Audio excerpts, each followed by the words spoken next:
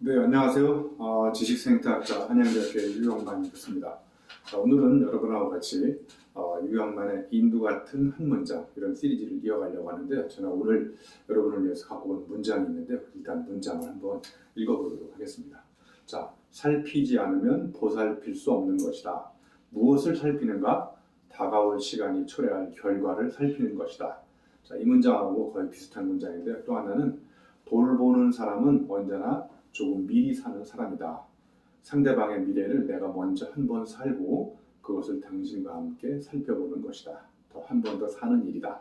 이런 문장인데 이 문장은 제가 평상시에 굉장히 좋아하는 문학평론가 신영철 군 작가의 글입니다. 근데 이게 어디에 실려 있냐면요. 박준 선생님의 시집 우리가 함께 장마를 볼 수 있겠습니다. 여기에 발문에 우리 신영철 평론가께서 이렇게 글을 써주셨는데 저는 이걸 보고 살피는 것과 보살피는 것, 보는 것과 돌보는 것 이런 것들이 한 글자 차이지만 엄청난 차이가 있다는 걸 알게 됐어요. 여러분도 평상시에 누군가를 살펴보나요? 보살펴보나요?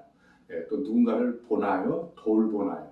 그러니까 살피는 것과 보살피는 것, 보는 것과 돌보는 것 한 글자 차이지만 정말 살피는 것보다는 보살피는 것, 보는 것보다는 돌보는 것, 이 글자가 일단 여러분한테 느낌상으로 엄청나게 이렇게 그 강도 높게 다가오지 않나요? 그래서 제가 오늘 이 문장을 가지고 제가 평상시에 느끼고 경험하고 겪었던 이야기들을 여러분과 같이 한번 나눠볼까 합니다.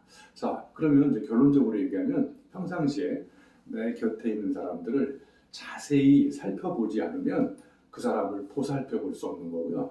그 사람은 평상시에 관심과 애정을 가지고 잘 봐야 내가 그 사람을 돌볼 수 있다는 거예요. 자, 제가 코로나 오기 전에요. 몽블랑이라는 그 트레킹을 갔다 왔거든요. 제 기억에 2019년인 걸로 알고 있는데 그때 제가 이제 그 몽블랑 산을 올라가는 게 원래 저의 버킷리스트 중에 하나였는데 일반인이 몽블랑 산에 올라가는 건 굉장히 위험천만한 일이라고 하더라고요. 그래서 제가 이제 대안으로 선택한 게 몽블랑 산을 끼고 스위스, 프랑스, 이태리 이렇게 3개국을 이렇게 도는 트레킹 8박 9일짜리를 갔다 왔어요. 그래서 그 제목이 뚜르드 몽블랑 그런 트레킹이었어요. 그런데 제가 어떤 일이 있었냐면 제가 이제 등산화를 두 가지를 준비해서 갔거든요. 하나는 이제 중등산화라고 그래서 이 발목까지 이렇게 위에까지 덮는 등산화가 하나 있고요. 발목 밑에 복숭아뼈 밑에까지 오는 등산화가 있어요. 그래서 제가 만약을 위해서 등산화를 두 개를 갖고 갔었는데 첫날 이제 중등산화를 신고 발목까지 덮는 등산화를 신고 하루에 한 20km씩 이렇게 오르락내리락 걸었었는데 첫날 너무나 이 발목이 아프더라고요. 왜 아픈가를 가만히 봤더니 중등산화가 발목을 자꾸 이렇게 스쳐 지나가면서 계속 쓰는 거예요. 이렇게 발목을 보니까 물집이 생긴 거예요. 그래서 이제 올라가는 거 어떻게 간신히 올라가는데 내려올 수가 없더라고요. 자, 그런데 이 저의 아픔을 이 가이드는 그걸 알아주지 않고 나한테 지금 왜 빨리 안 오냐 막 야단을 치길래 정말 그때 화가 머리끝까지 올라왔었거든요. 그런데 정말 저하고 같이 갔던 우리 강경태 소장분이 이분이 저를 잘 살펴본 거예요. 그래서 교수님하고 저하고 신발을 바꾸어 신으면 어떨까요? 그래서 제안을 한 거예요. 그런데 강 소장이 신고 온 신발은 헝겊으로 돼 있어가지고 저의 중등산에 딱딱한 것처럼 부드럽더라고요. 그렇게 하고 그래서 진짜로 오른쪽 신발을 그 강 소장하고 바꿔 신었거든요. 바꿔 신었는데 정말 놀랍게도 그 헝겊이 그 물집 잡힌 데 살짝 닿아도 별로 이렇게 아프질 않더라고요. 그래서 그 신발을 신고 제가 안전하게 첫날 일정을 마친 거예요.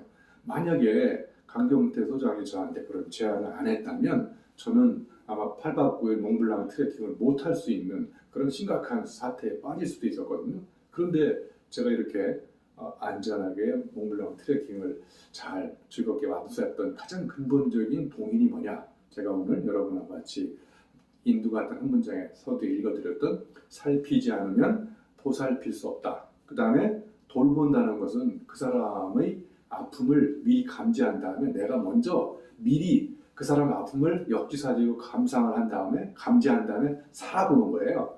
그러면 강경태 소장이 나를 잘 살펴봤을 거 아니에요. 자꾸 쩔뚝거리고 뭔가 거동이 이상하니까 강 소장이 저한테 제안을 한 거예요. 신발을 바꿔 신자고. 그러니까 강경태 소장이 저를 살펴본 거죠. 그러면서 가만히 이제 보살핀 거죠. 살펴보니까 교수님이 발목이 아프네. 그러면 내 신발을 바꿔서 신으면 어떨까? 이런 강력한 제안을 하게 된 거죠.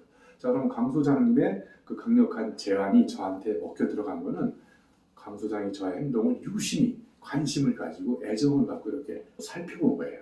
잘 본 거고, 그러니까 이제 저를 케어링, 돌볼 수 있는 강력한 대안이 생긴 거죠. 제가 오늘 여러분하고 같이 나눠볼 주제가 바로 이렇게 살피는 것과 보살피는 것의 차이, 보는 것과 돌봄의 차이인데, 살피는 거는 그냥 제3자의 입장에서 이렇게 관망해보는 거예요. 그런데 보살피는 건요, 옆이 아니라 그 사람 곁에 가서 아주 자세히 보는 거예요. 자, 그러면 여러분, 옆과 곁의 차이가 뭔지 아시나요? 옆은 물리적으로 약간 거리가 있는 거고요. 곁은 심리적으로 그 사람하고 아주 가까이 있는 거를 곁이라고 해요. 그러니까 살피고 보는 것은 옆에서 보는 거고, 보살피고 돌보는 건 아주 가까이, 물리적으로 심리적으로 가까운 거리로 가서 돌보고 보살피는 거예요. 결혼부터 또 이야기하면 잘 보면 돌볼 수 있고, 그죠? 평상시에 관심을 가지고 애정을 가지고 그 사람 행동을 잘 살피면 보살필 수 있는 대안이 나올 수 있다. 이런 이야기를 여러분하고 해드린 겁니다. 자, 그러면 우리가 평상시에 다른 사람들의 아픔이나 이런 것들을 잘 살펴보려면 어떻게 되냐면 역지사지가 돼야 돼요. 역지사지가 뭔지 아시죠? 이게 말은 쉬운데 그 사람처럼 행동하고 생각하려면 어떻게 해야 될까?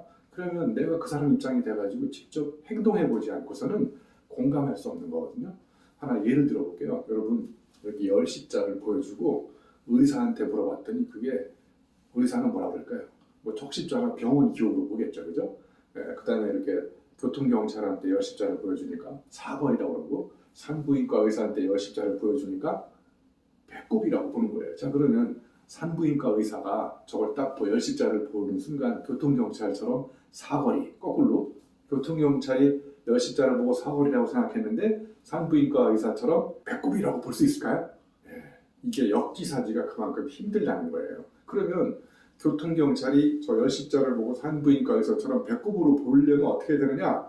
직접 내가 교통경찰을 그만두고 산부인과 의사가 돼서 배꼽을 자꾸 이렇게 봤을 때 그게 배꼽으로 보인다는 거예요. 그러니까 보살피고 돌보려면 진짜 그 사람 입장이 돼가지고 행동을 해봐야 되는 거예요. 행동을 해보니까 그래서 저 사람이 저렇게 느끼고 있는 거구나. 그 사람이 생각하고 있는 거구나. 자, 그래서 여러분, 보살피고 돌본다는 것은 역지사지 공감 능력의 산물인데, 역지사지 공감은 책상에 앉아가지고 머리로 계산해서 알 수 없는 거예요. 그래서 직접 몸으로 행동해 보니까 저 사람이 저래서 저렇게 행동하는구나를 알 수 있다는 거예요. 그래서 우리가 보살핌과 돌봄이 얼마나 소중하고 인간적으로 우리가 갖춰야 될 아름다운 미덕인지를 이 문장을 통해서 여러분도 꼭 한번 배워봤으면 좋겠어요. 자, 한 가지 더 추가로 예를 들면, 우리가 평상시에 보살피고 잘 돌보면 미래의 행동도 예측을 할 수가 있어요. 제가 재미난 예를 하나 들어드릴게요. 자, 나이트클럽이나 이런 데 가서 가만히 제가 살펴보니까 남자와 여자가 화장실 가는 패턴이 다르더라고요. 화장실이 저 앞쪽에 있다.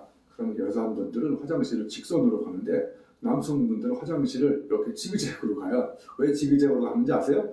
작업할 여자분을 찾기 위해서 이렇게 지그재그로 간다는 거예요.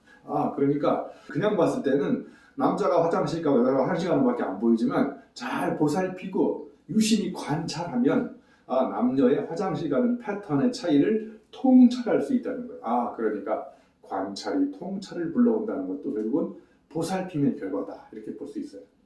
또 하나 예를 들면, 자, 남자와 여자가 쇼핑하는 패턴이 다르대요. 자, 예를 들면 바지 하나를 사는 게 목적이에요. 그럼 남자는 화장실 갈 때 지그재그로 가지 않고 직선으로 가서 자기가 사고 싶은 바지를 딱 사와요. 그런데 여성분들은 여기 가서 입어보고 저기 가서 벗어보고, 이런들 어떠하리 저런들 어떠하리. 그래서 여성분들은 관계지향적이에요. 그래서 쇼핑 바지 하나 사는데 평균 3시간 몇 분이 걸린다는 연구 결과가 있어요. 남자는 한 5, 6분밖에 안 걸려요, 바지 사는데. 자, 이것도 그냥 보면 남자와 여자가 다 바지 사는 것밖에 안 보이지만 잘 살펴보니까 이분들이 쇼핑의 패턴에 차이가 있구나. 그럼 이런 걸 알게 되면 관심을 가지고 관찰하면요, 관계없던 두 가지 현상의 관계를 끄집어낼 수 있어요. 패턴을 찾고, 그럼 이 패턴을 토대로 미래의 현상을 예측할 수 있는 놀라운 통찰력이 생긴다는 거예요. 자, 그래서 오늘 제가 말씀드린 살피지 않으면 보살필 수 없다와 돌봐야 된다는 것이 바로 가장 아름다운 인간이 갖고 있어야 될 미덕 중에 하나다. 그래서 그 사람 입장이 돼서 미리 한번 살아보니까 이런 것이 이렇게 아픔으로 다가올 수 있다는 것을 몸으로 감지한 다음에 그런 것들이 더 아프지 않고 상처로 남지 않기 위해서 직접 자기가 행동해보고 그런 파격적인 제안을 할 수 있는 거죠. 그래서 저는 몽블랑 트레킹에서 깨달은 것이 바로 내 주변에 있는 누군가가 나를 잘 살피고 보살필 때 내 아픔을 치유할 수 있는 강력한 제안이 나한테 약이 된다는 거예요. 그런데 한번 봐보세요. 누군가가 나를 도와준다고 하는데 여러분도 그런 경험하시지 않나요? 도와주는 게 오히려 나한테 득이 아니라 실이 되는 게 해가 되는 경우가 많아요. 이건 왜 그러냐면 그 사람이 도대체 어디가 아픈지, 무엇이 관심을 갖고 있는 건지, 어디가 지금 결핍된 건지, 불만 요소가 뭔지를 잘 살펴보지 않았기 때문에 그 사람의 욕망, 욕구, 이런 것들을 충족시킬 수 없는 대안을 제시하니까 조력, 도움이 되지 않고 그 사람한테 오히려 해가 될 수 있다는 거예요. 그래서 이제 다시 정리하면 여러분도 평상시에 여러분이 관심을 갖고 있는 사람 또는 사물이든 아주 가까이 옆이 아니라 곁에 가서 잘 살펴보시면 보살필 수 있는 엄청난 대안을 우리가 만들 수 있다고 생각합니다. 여러분 고맙습니다.